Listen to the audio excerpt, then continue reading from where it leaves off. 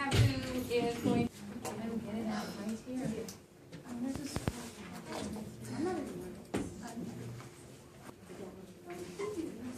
Oh, it's all right. Somebody's telling you every and got it. Alright. Warriors are those who choose to stand between their enemy and all that she loves or holds sacred. This is an anonymous quote. Today I'm going to be giving my speech on women in combat. My goal in giving this speech is not necessarily to persuade people to join the military, but rather the support of women in combat. I'm going to accomplish this by speaking on 4 main points, and they are the background information, equal opportunity, psychological, physical, and emotional strength, and the opposition. So some background information is I have 2 friends that joined the military about the same time.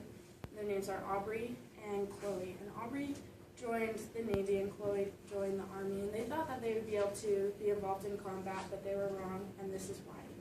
In 1994, a ban of women in combat was placed throughout the United States. This was about the time of the Persian Gulf War in the 1990s. And on June 13, 2013, so just last June, this ban was lifted. However, steps to implement this will not even be taken until 2016. So this is a graph of women who saw combat who were in the military. So the yellow section is the periods before World War II, and then the green is World War II through the Vietnam era, and then the last 2 sections are the Gulf War era.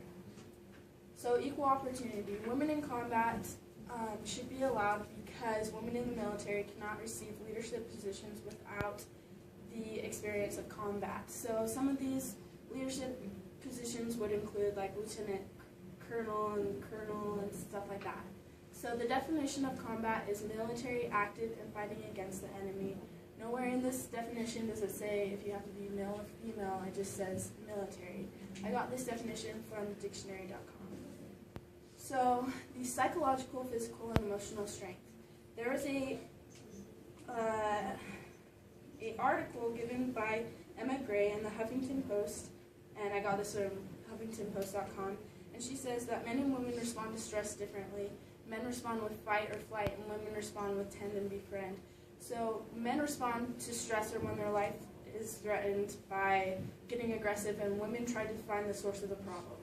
So they should be allowed to be in combat because they will be able to respond with ease.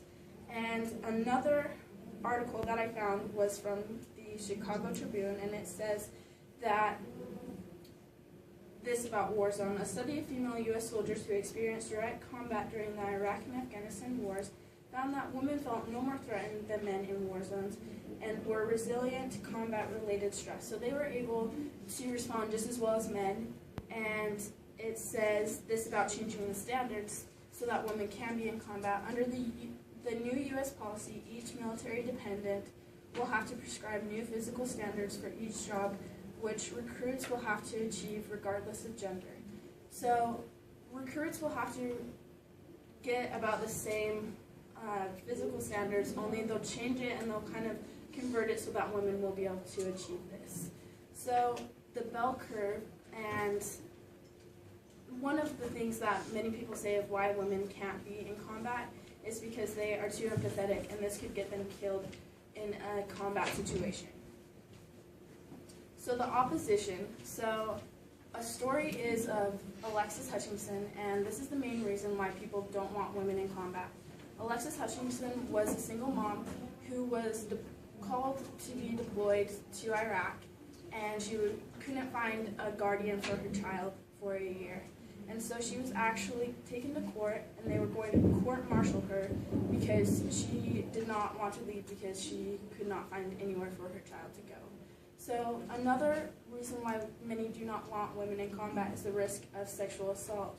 I found an article on w.e.ebcoast.com, and it says that in 1991, 44% of women in the military reported having experienced sexual assault. This is almost half of all women in the military experiencing sexual assault. So the risk of capture. Another point that's brought up a lot is, what if a woman was in a leadership position and she was captured and she was being tortured? The male soldiers that were under her would respond differently than if they saw a male leader being tortured. So, just in conclusion, women should be allowed in combat for equal opportunity because they are psychologically, physically, and emotionally strong enough to handle it, and they are able to overcome opposition. So just tying back to the quote at the beginning, warriors are those who choose to stand between their enemy and all that she loves and holds dear.